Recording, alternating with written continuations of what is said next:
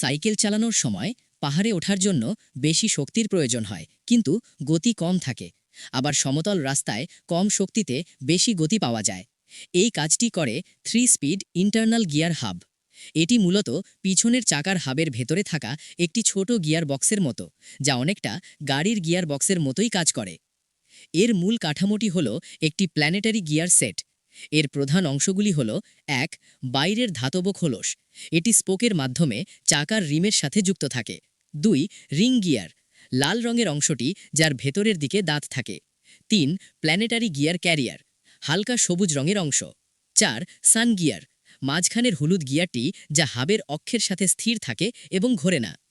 কাজের পদ্ধতি: free wheel বা ওভার রানিং ক্লাচ, এটি নিশ্চিত করে যে শক্তি কেবল একদিকে প্রবাহিত হবে। প্যাডেল না ঘুরিয়ে সাইকেল চললে যে টিক টিক শব্দ হয়, তাই ক্লাচের দাঁতগুলোর ঘর্ষণের ফলে তৈরি হয়। গিয়ার পরিবর্তন: আপনি যখন গিয়ার লিভার চাপেন, তখন একটি ক্যাবেল হাবের ভেতরের একটি স্লাইডিং ক্লাচকে ডানে বামে সরিয়ে বিভিন্ন গিয়ারের সাথে যুক্ত করে।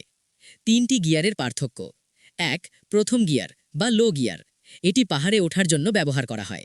এখানে চেনের শক্তি রিং গিয়ারে যায় এবং তা প্ল্যানেটারি গিয়ারের মাধ্যমে ক্যালিয়ার হয়ে চাকা ঘুরিয়ে যায়। এর অনুপাত ১.375, যার ফলে প্যাডেল করা সহজ হয়, কিন্তু গতি কম থাকে। ২. দ্বিতীয় গিয়ার বা ডাইরেক্ট ড্রাইভ, এটি সাধারণ গিয়ার। এখানে চেনের শক্তি সরাসরি হাব বা চাকায় পৌঁছায়। এর অনুপাত ১:১। ৩. তৃতীয় গিয়ার বা হাই গিয়ার, এটি দ্রুত গতিতে চালানোর জন্য। স্লাইডিং ক্লাচটি প্ল্যানেটারি গিয়ার ক্যারিয়ারের সাথে যুক্ত হয়, যা রিং গিয়ারকে আরও দ্রুত ঘোরায়। এর অনুপাত ০.৭২৭। এর ফলে প্যাডেল করা একটু ভারী মনে হলেও চাকা অনেক দ্রুত ঘোরে এবং সাইকেলের গতি বৃদ্ধি পায়।